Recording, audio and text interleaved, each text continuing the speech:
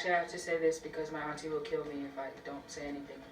But I'm named after my grandma, my dad's mom, and I have her full name, so my auntie hates when people cut it down to Eti. My full name's Fane, Malieti, Haungatau, Eti for short. But yeah, it's Fane. I started playing rugby when I was 10.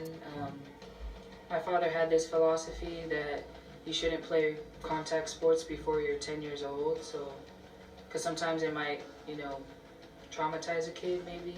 Too much knocks or injuries might scare them, might not make them want to play anymore. So I started playing rugby when I was 10.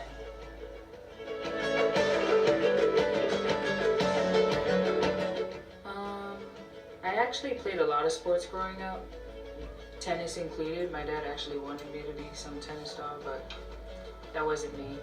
I first played for my first rugby team when I was under 10, and it was a co-ed team. I was probably one of only 2 girls on that team, and I remember just running over all of these little boys and making my first try, and just that feeling I got, like all the cheering and my family was on the sideline, it just made me feel good. So just that feeling motivated me to keep going.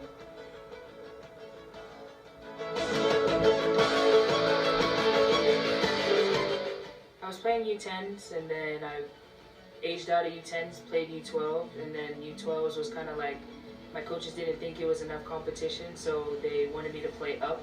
They wanted me to play U14, and I was still playing co-ed when I was U12. So they asked me to play up in U14s, and I was kind of not wanting to play with U14 boys because that's kind of the age where they're starting to get, growing rough, what I'm trying to say. So the choice was either to play U14 against boys or to just go to high school and play with girls. So I just took that route and chose to play high school rugby with girls, and I started playing when I was 12.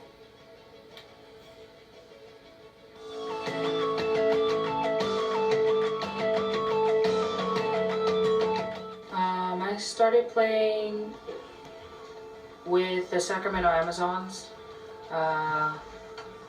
It was actually really fun. It was a really fun time for me growing up and just being surrounded by all these girls who pretty much loved to do the same thing. And you had all of these girls whose dads were the coaches, or, coaching didn't stop at the field. You took your coach home with you, it felt like.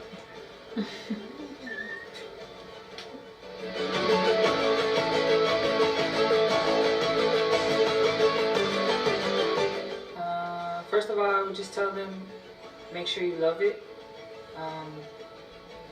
Commitment and discipline will also play a big part. There's going to be days where you don't want to get up, or you don't want to go to training, you don't want to go to practice. You got to make sure that this is something you love and it's what you want to do, and have the discipline to get up every day and go out and grind. Practice makes perfect, so stick to it.